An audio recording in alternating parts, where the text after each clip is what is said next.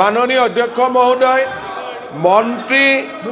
মন্ত্ৰী অজন্তা নেওগ ডাঙৰীয়ানীয়ে আজি এটা বিশেষ প্ৰস্তাৱ আমাৰ সদনৰ সন্মুখলৈকে আনিছিলে আৰু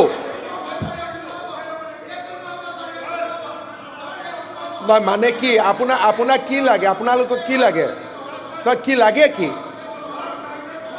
কি লাগে মানে কি আছে কি নহয় সন্মানীয় সদস্য অখিল গগৈয়ে স্পীকাৰক আঙুলি টুৱাই আছে। আপোনালোকে যদি ছাপোৰ্ট কৰিছে কৰক, তেখেতে স্পীকাৰক আঙুলি টুৱাই আছে। আপোনালোক যাওক গৈ বাহিৰত ৰেষ্ট লওক, কথা ইমানেই।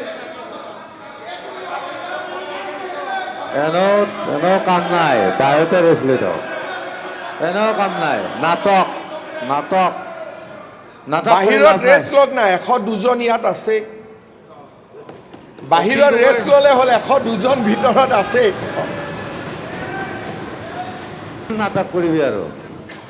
মাননীয় অধ্যক্ষ মহোদয়, মই অনুৰোধ কৰিম, হিটলাৰ বুলি কয় মানুহে কি কয় তোৰ ৰিজাল্টে কৈ দিলে, মানুহে কি কয় তোৰ ৰিজাল্টে কৈ দিলে নহয়।